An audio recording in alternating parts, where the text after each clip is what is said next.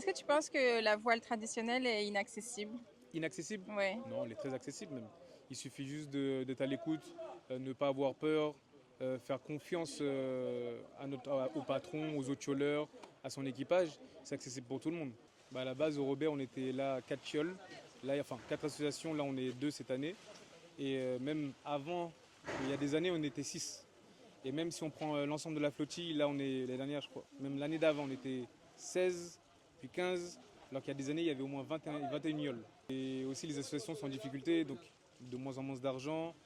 L'aïeul, c'est un sport qui est très dur physiquement, qui prend beaucoup de temps et qui est pas vraiment bien pour moi, pas bien récompensé à sa juste valeur. Est-ce qu'il y a des critères physiques? Quelles sont les qualités requises pour être un bon yoleur du coup? Les qualités pour moi, c'est avant tout l'écoute. L'écoute est bien sûr une condition physique. Une condition physique parce qu'au début, on ne va pas comprendre tout de suite. On ne va pas comprendre, il faudra être à l'écoute, il faudra essayer d'observer. Et en fait, avec tout ça, il y a un petit stress qui monte et on perd beaucoup d'énergie. Donc moi, ce que je demande à chaque fois, c'est avoir du cardio.